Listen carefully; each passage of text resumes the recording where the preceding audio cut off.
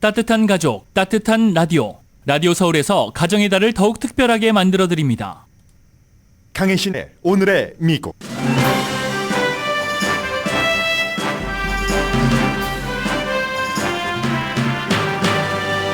바이든 대통령과 카멜라 해리스 부통령은 오늘 펜실베니아주를 방문합니다. 대통령이 어디를 갈 때는 언제 누구와 함께 가는지가 중요합니다. 오늘 필라델피아 방문도 한 유권자 그룹에게 어필하기 위해서입니다.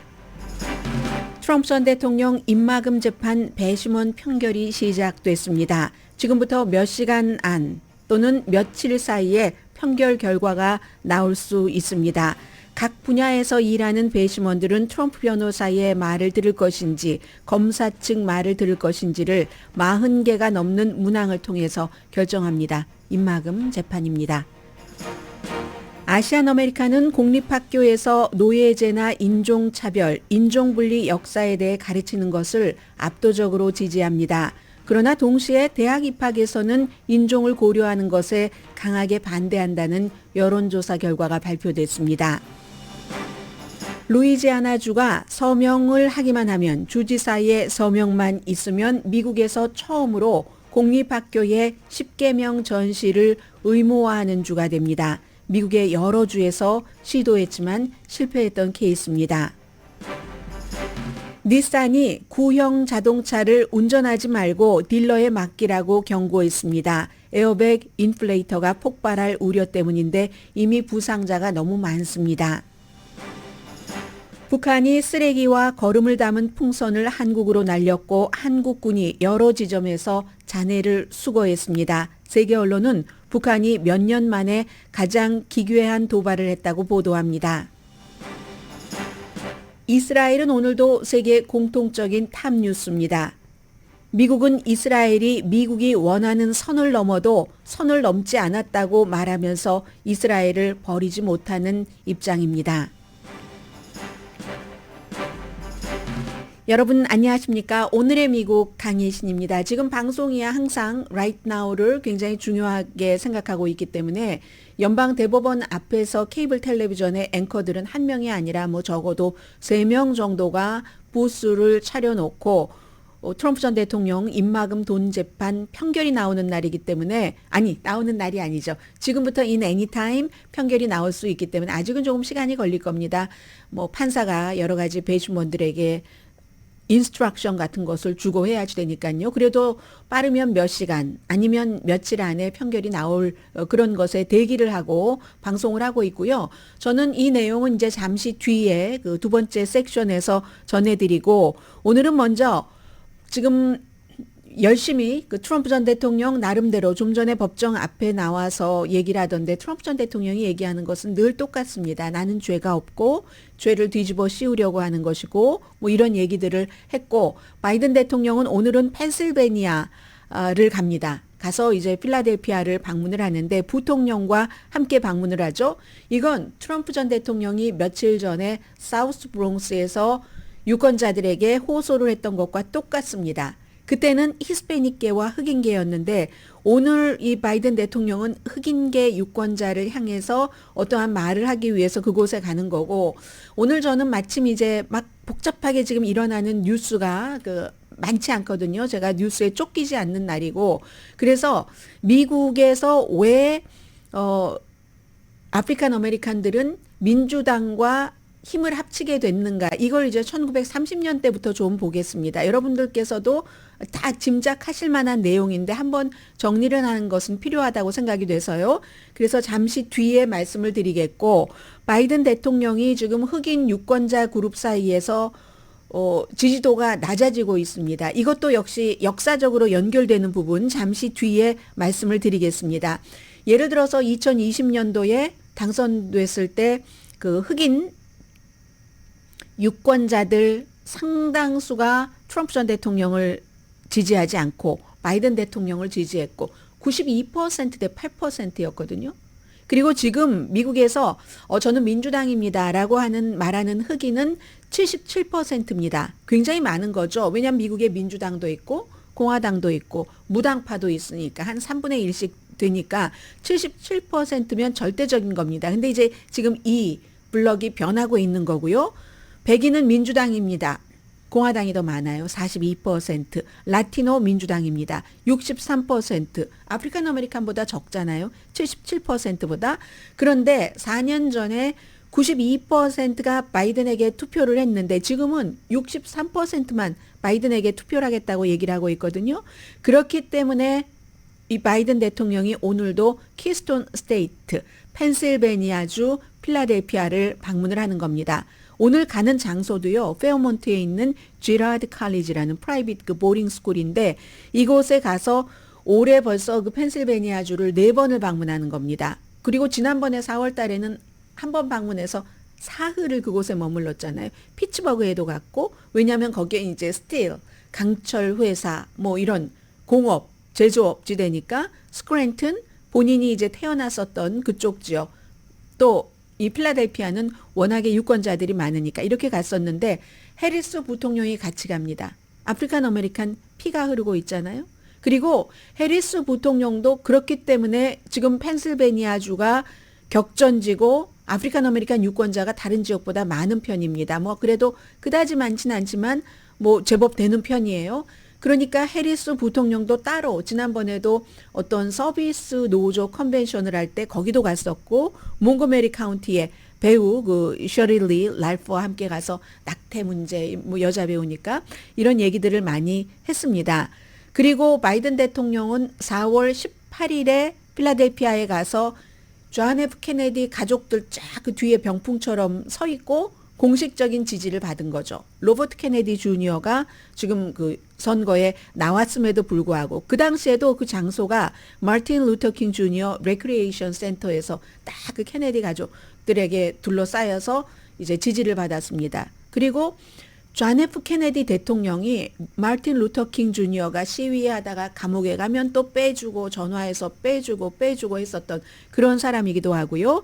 그래서 어디냐? 펜실베니아라는 격전지에 가서 펜실베니아가 이제 네바다, 애리조나, 조지아, 미시건, 위스콘신과 함께 6군데 격전지에 포함되는 거죠. 트럼프 전 대통령이 브롱스에 가서 거기서 이길이라고 생각하진 않지만 아프리칸 아메리칸과 그 손을 우리 함께 잡자 하면서 어필했었던 그것을 똑같이 지금 바이든 대통령이 하고 있는 겁니다. 지금은요. 92대 48% 4년 전 그 지지율에서 얼마 전에 뉴욕타임즈와 시에나 칼리지가 해봤더니 69%대 18%입니다. 아프리칸 아메리칸의 바이든과 트럼프의 지지율이 젊은 흑인들과 히스패닉계가 떠나는 거죠. 지금 민주당을 떠나는 거죠. 근데 이번에 바이든 대통령이 이기려면요. 92%까지는 아니더라도 그렇게 압도적인 승리를 해야지만 이기는 겁니다. 그래서 바이든 대통령이 이번에 무슨 여러 가지 프로그램을 아프리칸 아메리칸들을 위해서 많이 만들고 있거든요. 무슨 흑인 학생회, 흑인 커뮤니티 그룹, 교회 등등의 이제 뭔가를 막 얘기를 하고 하는데 오늘도 이제 그 지라드 칼리지라는 곳에서 흑인 스몰 비즈니스 업주들과 미팅을 합니다. 행정부의 기록을 갖고 갑니다. 이 바이든 행정부에서 아프리칸 아메리칸을 얼마나 부자로 만들었는가 아주 이름까지 만들었어요. Black Voters for Biden Harris라고 해서 지난 3월 달에는 뭐 애리조나주의 뭐 멕시칸 레스토랑을 갔었는데 지금 흑인이 더 흔들리는 것 같고요. 펜실베니아가 전체 그 유권자의 한 10% 정도가 아프리칸 아메리칸이고 조지아가 이건 뭐 비교할 수 없이 많죠. 미국의 흑인 인구가 생각하시는 것처럼 많지 않습니다. 로스앤젤레스에 살면서 특히 이제 센트럴 LA 근처면은 많다고 생각을 하지만 그렇지 않아서요. 조지아주가 흑인 유권자가 제일 많은 주거든요. 32%.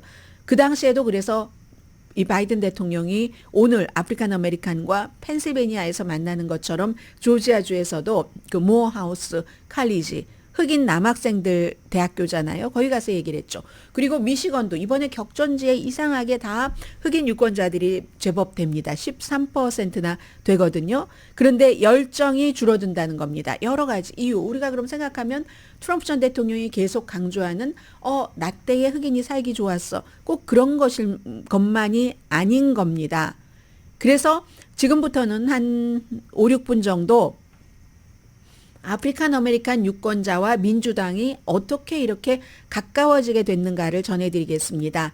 지금도 77%는 아프리칸 아메리칸 나민주당이다라고 얘기를 하는데 20세기요. 1930년대 그 이전에는 비슷했습니다. 미국에서 아프리칸 아메리칸이 공화당과 민주당이 비슷비슷했어요. 그런데 1932년도에 프랭클린 루즈벨트 그때 아프리칸 아메리칸이 이 민주당 쪽으로 많이 왔습니다. 루즈벨트가요 36년도 선거에서는요 아프리칸 아메리칸의 71%나 받습니다. 지금이랑 비교하시면 안 돼요. 그 전에는 거의 똑같았으니까 50대 50이었는데 71%로 됐는데 왜냐하면 대공황 1920년대 말부터 30년대까지 이 대공황 때에 대공황이 돼서 너무너무 경제가 어려웠는데 우리도 많이 겪지만 경제가 어려울 때 어떤 인종이 더 어렵습니까? 원래 가난한 인종. 원래 가난한 인종은 백인입니까? 유색 인종입니까? 유색 인종이죠. 특히 그 당시에는 무슨 뭐 에이시안 아메리칸이 많은 것도 아니었고 하니까 아프리칸 아메리칸들이 굉장히 힘들었었어요. 아프리칸 아메리칸 그 실업률이 대단했습니다. 그걸 우리가 뉴딜 정책하면 뭐 이런 저런 걸 생각하지만 뉴딜 정책에는 미국 시민 가운데는 잊혀진 시민이 있어서는 안 된다 하는 루즈벨트의 그 아프리칸 아메리칸에 대한 그 같은 그 어떤 의무와 책임감과 이런 것도 들어 있습니다. 그러니까 당연히 아프리칸 아메리칸들이 그 이전에는 뭐 민주공화 별로 가리지 않다가 우리를 생각해 주는 대통령이 있네 하면서 민주당 쪽으로 갔죠. 그리고 또 다른 민주당 대통령 해리 트루먼 대통령이 나옵니다. 해리 트루먼 대통령이 1948년도에 한국전 일어나기 직전이죠. 7월 26일이었습니다. 미 군 안에서의 인종분리 이거 폐지해버려라. 군 안에서 인종분리하는 거 폐지해버려라 하고 서명을 했죠. 그러니까 이게 36년부터 40년대 후반까지도 계속 아프리칸 아메리칸들이 공화당을 버리고 이제 민주당 쪽으로 오는 사람이 많아진 겁니다. 아무튼 그런데 이제 그 여러 가지 민주당 쪽에서도 뭔가 이렇게 마음에 안 들어하는 사람들이 많았어요. 왜냐하면 남부에서 민주당 가운데서도 뭔가 인종 분리를 유지하기를 원하는 그런 민주당 사람들이 있었거든요. 뭐 딕시 크래치라고 부르는데 그런 사람들이 아예 우리는 원래 우리 저런 흑인을 저렇게 대우해주는 민주당이 싫고 따로 하겠어요. 그래서 막 전당대회도 따로 하고 그랬어요. 전당대회도 따로 해서 그때의 엘라바마주에서 전당대회를 해서 누구를 그 민주당의 대선 후보로 만들었냐면 스트롬 더먼드라는 여러분들 그 2013년인가요? 2003년이죠. 이분이 숨지실 때까지 미국에서 가장 내놓고 노골적인 인종차별주의자였습니다. 백인이고요. 이분 또 오래 사시기까지 했잖아요. 원래 사우스캐롤라이나주의 주지사를 했고 그리고 그 뒤에는 뭐 48년이든가요. 연방 상원 의원을 한 100살까지. 그래서 그 당시에도 한번 나이가 저렇게 많은데 라고 얘기를 했지만 너무너무 상징적인 인물이기 때문에 그리고 많은 사람들은 일반인도 그렇고 정치인도 그렇고 스트롱 더먼드 의원이 그렇게 막 흑백 분리를 주장하고 인종차별에 노골적인 사람이라도 이해했습니다. 나이가 워낙 많으니까요. 2003년도 숨질 때 100세셨으니까 그랬거든요. 그 정도로 민주당도 아니 대통령이 왜 저렇게 흑인만 싸고 돌아 하면서 분리했었던 이런 때도 있었죠. 그랬는데 그리고 1964년도에 린든 B 존슨 대통령이 그야말로 민권법 그리고 65년도에 투표법 흑인들에게 투표권을 준 거잖아요. 투표권을 줘서 그 뒤에 이제 여성의 투표권 또 소수인종 우리들도 그 흑인들에게 준 그 투표권으로 인해서 투표를 할 수 있게 됐죠. 그러니까 민주당은 36년도에 이제 루즈벨트 때부터 해서 트루먼 이렇게 계속 이어져서 린든 B 존슨까지 온 겁니다. 민권법안에 서명을 하면서 린든 B 존슨 대통령이 한 얘기가 우리는 아마 한 세기 동안 남부를 잃었고 잃을 것이고 이런 유명한 말을 했죠. 남부 백인 유권자들 표를 잃을 것을 각오를 하면서 흑인들에게도 똑같이 투표권을 줘야지 된다라고 얘기를 한 겁니다. 그러니까 생각을 해보세요. 그러면 이제 이미 50년대, 60년대잖아요. 60년대면 지금 60대밖에 안 되잖아요. 이 많은 분들은 너무 그 민주당이 자신들에게 해준 우리들의 어머니, 아버지, 할아버지 나에게 해준 것을 너무 또렷하게 기억을 하고 있는 겁니다. 이제 린든 B 존슨 이후에 리처드 닉슨이 이런 것을 아주 굉장히 아주 뭐라고 할까요? 정치적으로 전략이라고 하는 남부 전략이라는 걸 썼는데 68년도와 72년도에 흑인과 백인을 더욱 이제 분리를 시킵니다. 분리를 시켜서 어차피 흑인표를 내가 갖지 못하니까 백인표라도 확실히 가져야지 되겠어. 남부의 백인 민심 딱 끌기 위해서 그런 남부 전략이라는 것을 이제 갖게 되고, 그리고 이제 남부의 백인 유권자들은 거 봐. 뭐 흑인들은 받아서 좋지만 민주당은 저렇게 흑인들만 싸고 돌아. 왜 내가 갖고 있었던 것을 나만 가져야지 되는데 흑인에게도 주지? 흑인은 우리 무슨 모카밭에서 할머니 모카밭에서 뭐 솜 따고 했었던 이런 뭐 거의 뭐 애니멀 아니야? 뭐 이렇게 생각하는 백인들도 굉장히 많았습니다. 그 당시에는 그런 백인들이 민주당에 무척 불쾌감을 갖기 시작했죠. 환멸을 느꼈죠. 민주당의 그런 인종 차별의 환멸을 느끼는 게 아니라 인종 통합의 환멸을 느낀 사람들이 백인 남부 유권자입니다. 그래서 이걸 이제 요즘으로 보면 이미 이렇게 되면 70년대까지 왔잖아요. 이게 어떻게 변했는가? 지난해의 갤럽의 여론조사에 따르면 흑인이 민주당이다 이렇게 생각하는 비율도 지금 77% 정도라고 말씀드렸지만 갤럽은 이것보다 조금 더 낮게 잡고 있거든요. 70% 조금 아래로 잡고 있거든요. 이유가 뭐냐? 도대체 이유가 뭐냐? 많은 전문가들이 얘기를 하는데 세월인 거죠. 세월인 게 오늘날의 흑인 유권자들은 그 이전 시대 60년대 태어나야 뭐 62년도에 태어나면 지금 62살일 것이고 65년도에 태어났으면 65세. 그분들은 알지만 그러면 50대, 40대, 30대 이렇게 되면은 이게 예전에 민주당이 나에게 했던 우리 가족에게 했었던 그 기억은 이미 없는 겁니다. 기억은 없고요. 메모리가 아니라 히스토리입니다.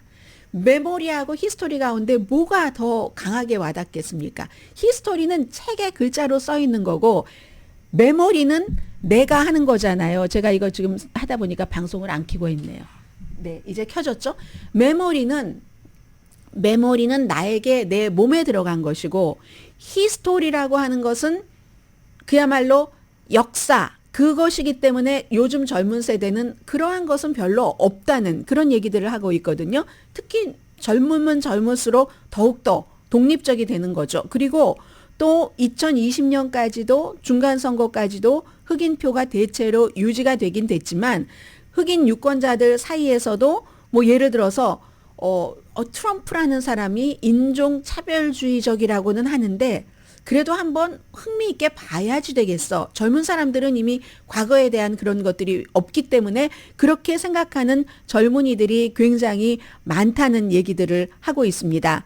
뭐 민권 운동 뭐 이런 거 잘 모르는 거예요. 젊은 그 흑인들은 말하자면 한국에서 젊은이들이 뭐 반일 감정이라든가 반중 감정이라든가 이런 거 없고 그리고 무슨 공산당을 경험을 한 세대가 아니기 때문에 북한에 대해서도 나이 드셔서 우리의 가족들이 그 뭐 사륙당하고 이런 걸 경험하신 분들은 절대로 용서 못 하시는 분들이 계시잖아요. 아무리 마음이 넉넉하고 포용력이 넓은 분이라도 그것과 마찬가지로 반대죠. 이건 젊은 흑인들은 과거의 그런 것들을 이제 역사에서만 배우고 있기 때문에 전체적인 윤곽, 그게 드러나는 한계, 그리고 그런 것들이 없었으면 우리가 기회를 가질 수 있었을까 하는, 아직도 연방 상원에는 흑인 의원 한 명밖에 없잖아요. 팀 스캇이라는 그런 것들을 잘 모르기 때문에 오히려 젊은 사람들은 여러 가지를 다 탐구를 하니까 공화당을 좀 내가 제대로 바라봐야지 되겠네. 우리 부모님들은 왜 저렇게 민주당에 몰려있지? 그렇게 하면서 인종적인 편견이 있다는 것을 들어서도 느끼면서 알면서도 트럼프에 대해서 뭐 그게 뭐 all about 그게 아니니까 하면서 탐구를 한다는 거죠. 그래서 이제 지금 그러한 추세들이 공화당 쪽으로 흑인 유권자들이 조금 가고 있다. 그리고 또 이런 게 있는 거죠. 또 하나는 흑인 유권자들이 과거에는 투표권도 없고 뭐 어디에 뭐 버스도 같이 타지 말라고 하고 하는 것을 민주당에서 다 없애줬는데 지금은 그런 것들이 없잖아요.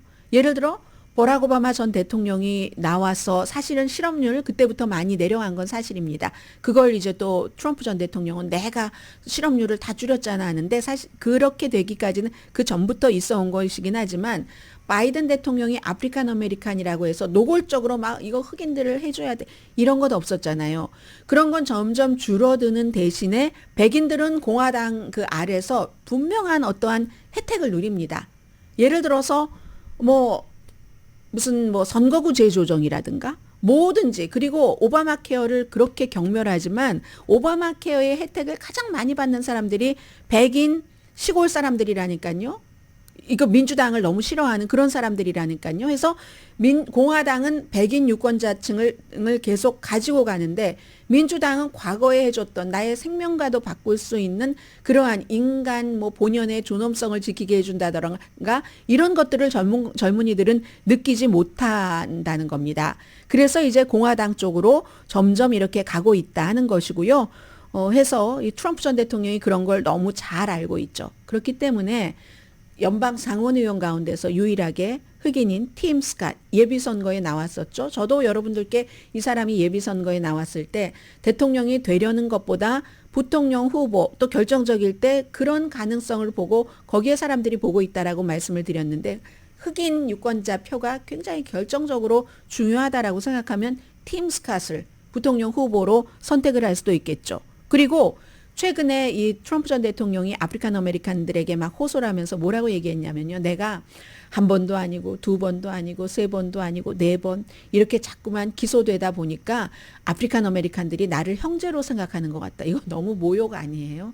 아프리칸 아메리칸들이 똑같은 죄를 저질렀을 때 백인들에 비해서 체포될 가능성, 기소될 가능성, 감옥에 갈 가능성이 훨씬 높으니까 내가 이렇게 자꾸만 기소되니까 그들이 나를 형제로 생각하는 것 같다. 아무튼 이런 얘기까지 했고요. 트럼프 전 대통령은 불만을 품은 흑인 유권자들을 이제 민주당 쪽에서 빼오려고 노력을 하는 것이고 바이든 대통령은 가지 마세요.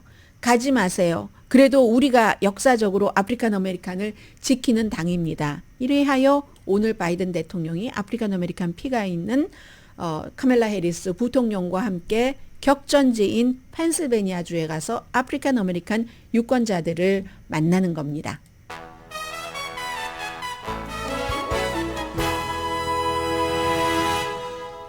오늘의 미국은 전문가가 추천하는 이민법, 가정법 전문 재인정 종합법률 사무소, 총 20억 달러 승소, 교통사고와 상해 전문 브라이언 타필라와 CG 변호사 그룹, 집융자 홈 에퀴리, 라인업 크레딧, 급한 하드머니도 정말 쉽게 잘하는 융자나라 공동 후원입니다. 그리고 잠시 뒤에 이제 주요 신문 탑뉴스를 정리를 해드려야지 되겠고요. 거기에 이제 섞어서 이 트럼프 전 대통령 지금 이제 배심원들의 심의 과정 전해드립니다.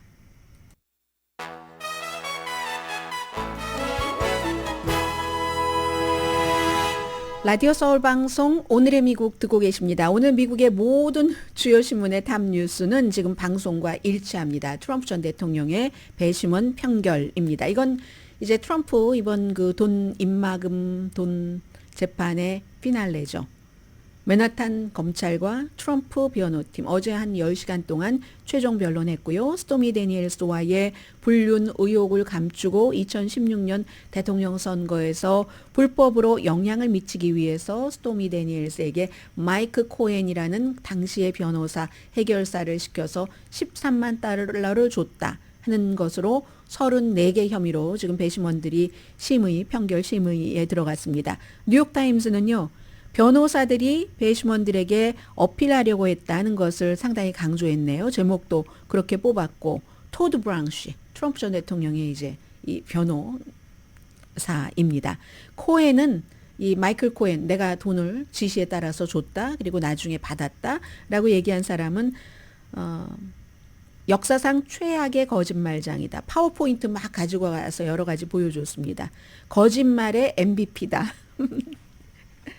아까도 웃었는데 또 웃음 나오네요. 거짓말의 MVP. 그리고 이 스토미 데니엘스와의 접촉. 이걸 검찰이 물은 거. 이거 성적인 접촉 물어보고 한 것은 이건 정말 이 트럼프 전 대통령 망신주기 한 거지. 뭐 이런 얘기를 했어요. 그리고 이제 변호인 측에서 얘기를 하면 검사도 얘기를 하죠. 조슈아 스타인글라스 검사가 정말 지저분하고 불편했던 증언이 있었지만 그건 헐리우드 그 녹음 테이프나 그 이전에 있었던 그게 나오고 나서 왜 입마금 돈을 주기로 결정했는지를 증명하는 거다. 그 지저분하고 불편한 증언이라고 말했던 변호사의 그런 것들이.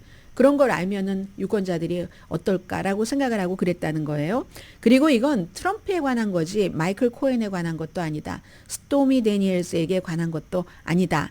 이 마이클 코엔은 투어 가이드 같다고 얘기를 했습니다. 이 산더미와 같은 그 증거를 찾는데 투어 가이드고 그 사람을 배심원들은 좋아할 필요가 없다.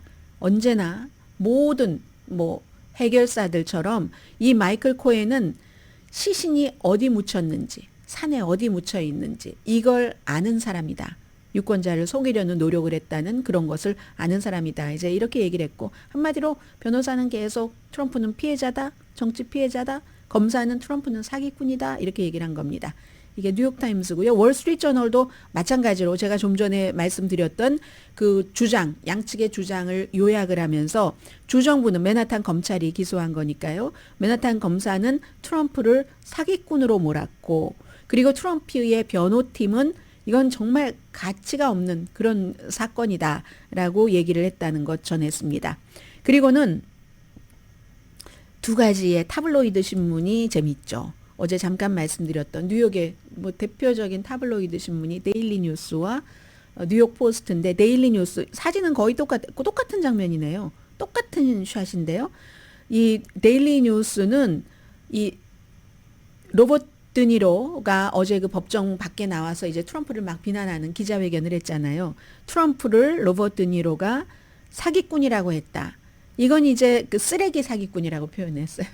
쓰레기 사기꾼이라고 했는데 그런데 이건 바로 전날 트럼프 전 대통령이 이런 그 뭐 재판관이라든가 무슨 검사라든가 본인 이 사건과 연관된 그런 사람들을 다 인간 쓰레기라고 표현했잖아요. 아마 그걸 빗대서 하는 말인 것 같고 뉴욕 포스트도 똑같이 이 로버트 드니로의 사진을 싣고 레이징 불이 로버트 드니로 영화 가운데서 유명하잖아요. 택시 드라이버와 함께. 그래서 레이징 불 하고 S자 이렇게 들어가면 여러분들 무슨 단어인지 아시겠죠? 그렇게 얘기를 했고 그런데 이제 결국은 이제 이 타블로이드파는 이 가장 중요한 타블로이드는 이래서 타블로이드인 거예요. 이 사건에서 지금 제일 중요한 게 로버트 드니로의 이건 아니잖아요. 일면에 이 뉴욕 포스트라든가 뉴욕 데일리 뉴스가 전부 이 사진을 싣고 있다는 거. 그래서 이제 이 타블로이드다 하는 것을 말씀을 드리고요. 지금부터는 이제 후앙몰천 판사가 12명의 배심원들에게 평결을 어떻게 해야지 된다는 그 인스트럭션 같은 것을 주거든요. 이 배심원들 가운데는 엔지니어도 있고 변호사도 있고 선생님 등이 포함된 12명입니다. 이걸 어떻게 하냐면요. 그냥 무조건 나는 뭐 유죄예요, 무죄예요 이렇게 하는 게 아니라 한 혐의가 34개니까 그 한 개당 뭐 40개가 넘는 질문들이 있답니다. 그러니까 우리가 무슨 인성 테스트 할 때 뭐 당신은 이러십니까? 이렇게 해서 그 법정이 왜냐하면 배심원들은 법 전문가가 아니기 때문에 법에 맞춰서 판결을 하는데 배심원들의 그 같은 비전문성을 보완을 하는 그런 많은 문항으로 이제 이것을 이렇게 딱 하고 나서 나중에 이제 배심원들이 이렇게 되면 나는 이거네 유죄네 무죄네를 알 수 있도록 뭐 그 같은 내용들을 쭉 지금 하고 있어서 몇 시간에서 몇 주일 안에도 이게 판결이 이제 나올 수 있다. 이번 주 안에 나올 것으로 많은 사람들은 믿고 있습니다. 판결 이후의 결정은 또 유권자의 마음은 알 수 없다. 많은 사람들은 별로 영향을 미치지 않을 것이라고 얘기하고 트럼프 전 대통령을 지지하시는 분들은 뭐 거의 이런 그 판결 결과에 영향을 받지 않으시리라고 생각을 합니다. 그리고는 이제 또 하나는 보니까 워싱턴 포스트는 이것은 조금 다른데 트럼프 전 대통령이 이제 중간중간 이런 오늘도 나왔어요. 오늘도 그래서 여러분들 생각해 보시면 로드니 킹 판결이다. 무슨 조지 플로이드 사건에서 그 경찰에 관한 판결 나온다 할 때는 다 이제 그 나와 있잖아요. 피고가 법정에 있다가 그 피고가 어떤 때는 눈물을 흘리기도 하고 감정을 보이지 않기도 하고 트럼프 전 대통령의 그 마지막 그런 장면, 그 법정 안에서의 그 장면은 보여지지 않을 테니까 법정 바깥에 나오자마자의 그 장면이 또 역사적인 사진이 되겠죠. 그래서 전부 지금 저렇게 나가서 대기를 하고 있는 거고요. 이렇게 배심원 판결을 기다리고 또 재판을 받는 동안에도 트럼프 전 대통령이 이제 기부자들을 만나잖아요. 기부자들을 만나서 기부자들에게 너무 많은 약속을 하면서 엄청난 돈들을 요구를 하는데 꼭 이게 오일 회사 회사 사람들에게만 그런 게 아닙니다. 이게 워싱턴 포스트는 이 정치 전문 신문이기 때문에 오른편 맨 밑에 보니까 이게 법적으로 그게 또 어긋나는 건 아니라고 하잖아요. 그러니까 법의 한계를 테스트하는 것 같다. 그냥 막 부른다. 10억 달러, 얼마. 뭐 밥을 먹는데도 한 사람이 밥 한 그릇에 얼마라고 하든가. 이거 몇만 달러도 아니에요. 이거 몇십만 달러. 이 정도로 되던데 이건 정말 법의 한계를 테스트하는 거다. 뭐 이렇게 얘기를 하고 있고요. 자, 이런 것들과 함께 오늘 이스라엘에 관해서 뒤에 이제 시간이 있으면 전해드리겠고요. 그것과 또 어제 여러분들께 말씀드렸던 그 교황이 얘기를 하면서 동성애자들은 그 사제가 되는 그 훈련을 받을 수 없다라는 말하는 과정에서 동성애자들을 굉장히 경멸하는 뭐 미국 단어로도 F자로 시작되는데 이탈리아어로도 F자로 시작되는 그런 단어를 썼다가 사과를 했잖아요.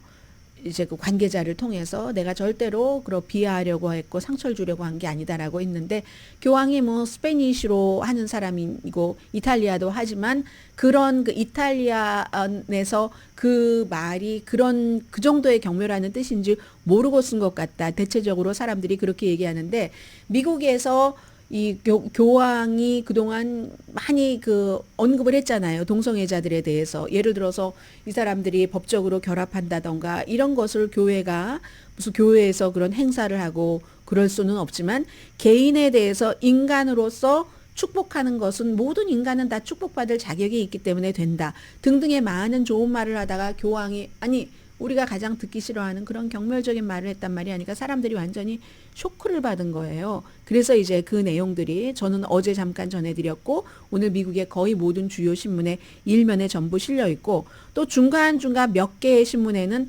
심지어 라스베가스에서 발행되는 라스베가스 리뷰 저널은요. 오늘 일면 맨 아래 보니까 그 라스베가스 대학교에서 UNLV입니다. 한인 학생들도 많이 다니는 거기서 주이시 학생이 연방 고소를 했습니다. 대학교를. 학교가 충분히 나를 보호하지 않는다. 유대계 학생을. 이런 내용과 함께 이스라엘의 가자에서의 여러 가지를 일면에 많이 보도를 했습니다. 그리고 제가 오늘 여러분들께 이 시간에 하나 전해드릴 것은 잠시 뒤에 아니요. 지금요. 루이지아나주가 주지사가 서명을 하기만 하면 미국에서 처음으로 공립학교에 10계명을 전시하는 의무화하는 그런 주가 됩니다. 제가 그래서 루이지아나에서 발행되는 신문을 한 10개를 다 찾아봤어요. 일면을. 그런데 오늘 이 신문 일면에 루이지아나주에서 어떤 학교에서의 학비에 대한 것은 일면에 실었던데 어제 밤에 통과가 된 거기 때문에 신문은 마감 시한 때문에 이걸 실지를 못했습니다. 제가 루이지아나의 신문이 어떻게 보도할 것인가를 보고 싶어서 찾았는데 없어서 이건 신문이 아니라 말씀을 드리면요.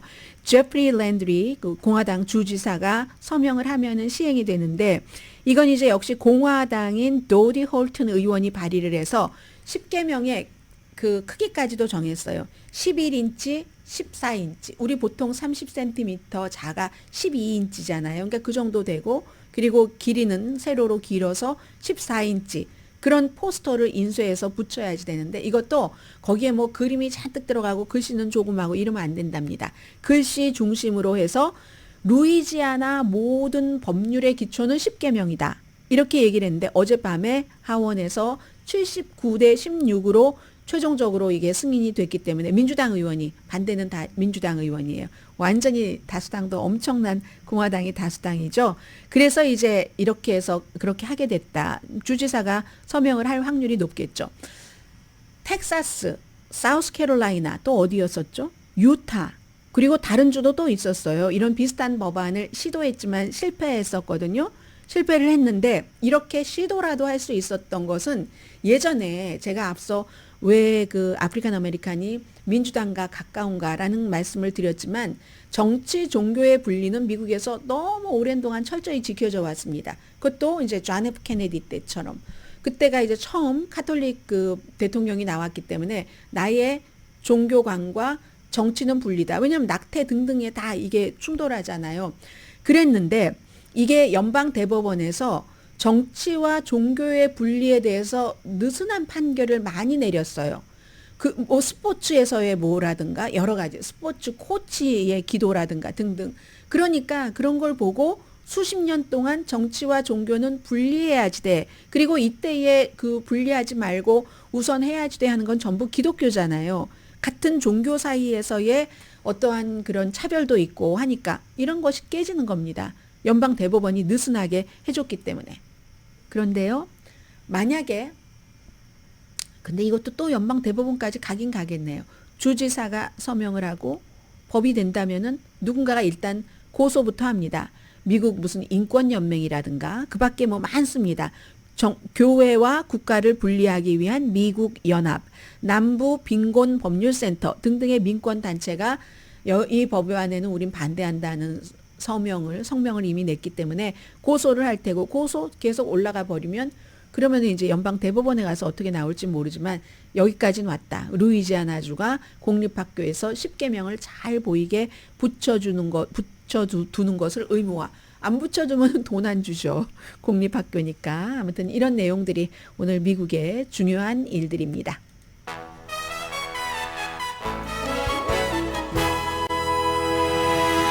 라디오 서울 방송 오늘의 미국 듣고 계십니다. 닛산 자동차 타고 다니시는 분들 계세요. 다시 한번 그 말씀을 드립니다. 오늘 이제 닛산이 공개적으로 얘기를 했고 그동안에 뭐 교통 안전국에서 많이 발표를 했었는데 오래된 자동차 모델은 나중에 불러드리겠습니다. 운전하지 말라고 촉구를 했습니다. 에어백이 터져서 아주 작은 부딪힘에도 터질 수 있고요. 해서 사고가 날 때 뭐 목숨도 잃을 수 있다 하는 건데 84,000대 정도가 해당이 된답니다. 타카타 에어백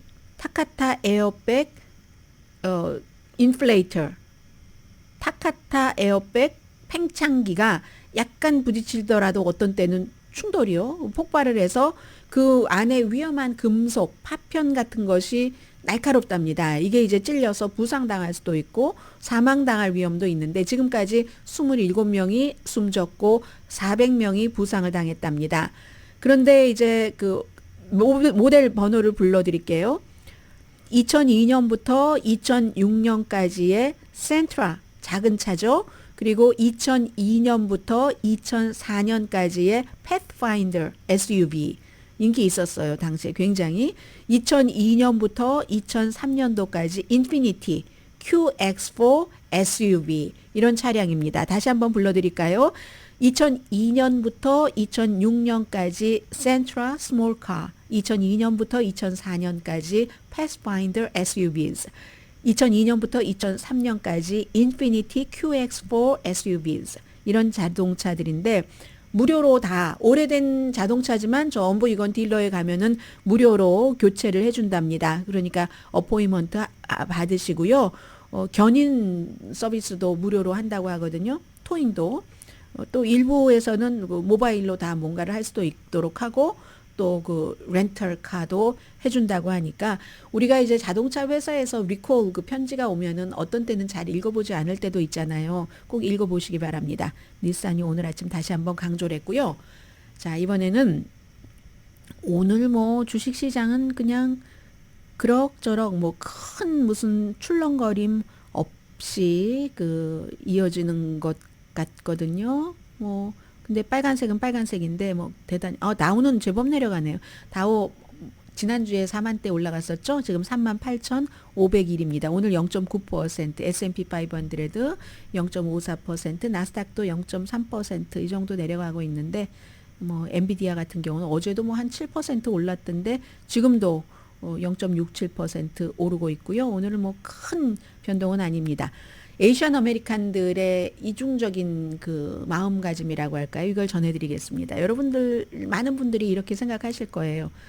에이시안 아메리칸은 공립학교에서 노예제, 인종차별, 인종분리 역사에 대해서 가르치는 것을 압도적으로 지지합니다. 뭐 70% 이상이에요. 공화당이 조금 덜 지지하고 민주당이 더 지지합니다. 그런데요, 동시에 대학 입학에서 인종을 고려하는 것에는 강하게 반대합니다. 저 이 얘기 듣고 약간 뜨끔했는데 5월이 아시안 아메리칸 헤리티지 달입니다. 뭐 유대인들을 위한 달이기도 하고요. 근데 팬데믹을 겪으면서 에이시안 아메리칸들이 굉장히 반아시아 정서에 대해서 우리가 느꼈잖아요. 조지 플로이드 살해, 그 이후에는 인종적으로 좀 각성을 했다고 할까요? 어떤 분들은 뭐 시위대들이 틀렸어 뭐 이러지만 인종적으로 각성한 사람들도 많이 있습니다. 그래서 에이시안 아메리칸, 퍼시픽 아일랜더, 네이티브 호와이안 이런 AAPI 그룹이죠. 이 그룹이 AP와 노크 이렇게 의뢰해서 여론조사를 했더니 성인의 70% 이상이 이런 걸 다 가르쳐야지 학교에서, 특히 아시아계 미국인, 태평양 뭐 이런 커뮤니티 이런 데 역사를 가르쳐야지 된다. 민주당이라고 얘기한 사람은 81%, 공화당은 한 60% 가르쳐야지 된다 했는데, 이게요 조금 더 인종차별과 뚜렷하게 연관이 되는 노예제, 그러니까 에이시안 아메리칸 역사에 대해서 가르쳐야지 된다라고 70% 이상이 생각한다는 거예요. 노예제, 인종차별, 뭐 그리고 이런 것에 대해서는 교육에 대해서 민주당 사람들이 85%가 가르쳐야지 된다. 근데 공화당은 50%만 가르쳐야지 된다. 공화당은 에이시안 아메리칸 역사 이런 거는 뭐 60% 가르쳐줘도 돼 하는데, 아프리칸 아메리칸 이건 또 본인들과 연관이 있는 거잖아요. 가해자로 50%만 동의하고, 민주당은 이제 85%가 인종 이런 것은 해야지 된다. 그리고 이제 에이시안 아메리칸 여기에는 81% 그런 것을 가르쳐야지 된다라고 생각을 한다는 얘기입니다. 그래서 이제 이 같은 조사 결과에 대해서 뭐 악시오스라든가 많은 매체에서 더 힐도 그렇고 서로의 그 뭐 분석 같은 것을 했는데요. 이게 또 대학 입학에서 인종과 민족을 고려해야지 된다. 에이시안 아메리칸들에게 물어보면요, 이건 18%만 지지한다는 겁니다. 아니, 우리 거 가르쳐야지 돼 하면은 뭐 70% 이상, 뭐 80%, 민주당은 81%, 그리고 흑인 노예 역사, 인종차별 이런 거 가르쳐야지 돼 하면 85% 하면서, 그렇게 하는데 막상 대학교에 들어갈 때는 인종을 고려해야지 돼 하면은 이거는 우리 아이들이 공부를 잘하니까 성적만 고려하면 돼가 큰 거잖아요. 맘속으로는, 노골적으로 말해서. 그건 18%만 말하자면 어퍼머티브 액션을 대학교 입학할 때 고려해야지 된다. 그 밖에도 뭐 많은 얘기들이 있는데 저는 그 두 가지만 포커스를 조금 두고 싶었고요. 그래서 저는 조금 창피했습니다. 왜냐하면 행동하는 양심이 아니잖아요. 아니, 그런 거 할 때는 나에게 좋은 것만 지지하는 거잖아요, 지금.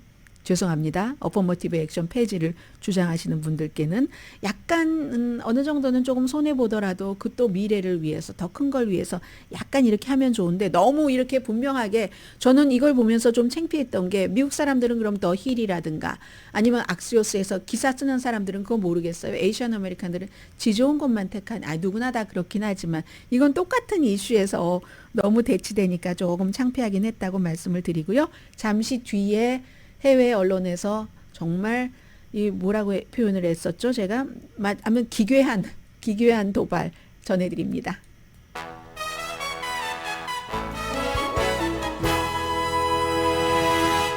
라디오 서울 방송 오늘의 미국 듣고 계십니다. 이스라엘은요 45명 그 가자에서 공습을 해서 사람들을 숨지게 하고, 그 뒤에도 또 공습을 해서 21명이 숨졌다고 하는데, 미국은 그럼에도 불구하고 특히 이제 그 45명 숨진 그 공습에 대해서 레드라인을 넘지 않았다라고 얘기를 하거든요. 레드라인을 넘지 않았다고 하면서 이스라엘에 지금까지 지원하는 거 지원한다. 그리고 그 공습에 쓰여진 무기도 미국 것이라고 하고, 아주 미국은 애매모호한 겁니다. 그러나 이럴 때가 무서운 거죠. 계속 이스라엘에 경고를 주는데 그 경고를 어디까지, 지금은 이제 그래도 이스라엘을 좋게 휴전 쪽으로 가져가기 위해서 아직 레드라인을 넘지 않았다라고 얘기를 하는데, 이거 미국도 언제 변할 수밖에 없는 시점이 올지 알 수 없습니다. 미국과 이스라엘 두 사람 다 재고 있겠죠. 바이든과 벤자민 네탄야후가. 북한이 쓰레기와 거름을 담은 풍선을 한국으로 날렸고, 한국군이 여러 지점에서 잔해를 수거했습니다. 9도잖아요. 가운데 8도에서 260개의 풍선이 나와서 이제 군인들이 일반인들 만지면 안 된다고 하고 신고하라고 하고 뭐 화학 무슨 폭발 대응 팀이라고 하는가요? 영어로 된 거 한국말로 번역하니까 그렇게 됐더군요. 화학과 폭발 대응 팀이 있어서 거기서 이제 쭉 수거하고 있는데 이건 김여정이 표현의 자유라고 표현을 하더군요. 왜냐하면 지금 물론 그 전날 위성 발사 실패한 것 이런 것도 있지만 한국이 전단 뿌리잖아요. 전단 뿌리는 거 뭐 안 하기로 했다가 또 지금 하죠. 하니까 이게 이리저리 돌아다니며 더러운 오물을 줍는 일이 얼마나 고되고 힘든 일인지 경험해 보면 국경지대에서 이 DMZ 등등 전단을 전하는 그 표현의 자유라고 그렇게 쉽게 말하기 어려울 것이다. 앞으로는 남측이 우리에게 전단을 뿌리면 그것보다 수십 배의 오물로 대응하겠다. 이렇게 얘기를 합니다. 북한과 남한과도 뭔가가 지금 계속 뭐가 있는 거 보면은 미국 선거철은 가깝고 좀 불편한 이런 상황들이 일어날 것을 염려하는 사람들이 늘어나게 되는 그런 분위기고요. 오늘의 미국은 전문가가 추천하는 이민법, 가정법 전문 재인정 종합법률사무소 총 20억 달러 승소, 교통사고와 상해 전문 브라이언 타필라와 CG 변호사 그룹, 집융자 홈 에퀴리 라인업 크레딧, 그리고 급한 하드머니도 정말 쉽게 잘하는 융자나라 공동 후원이었습니다. 10시에 브라보 마이 라이프 방송됩니다. 텍사스에 아직도 골프공만한 우박이 떨어진다면서요. 그래서 우박 맞아서 숨진 사람도 있고 한 뭐 지금 전체적으로 50만 명 정도 전기 공급 안 받는다고 하니까 해피하게 여러분들 지내세요라는 말씀을 전국적으로 드릴 수는 없네요. 강희신이었습니다.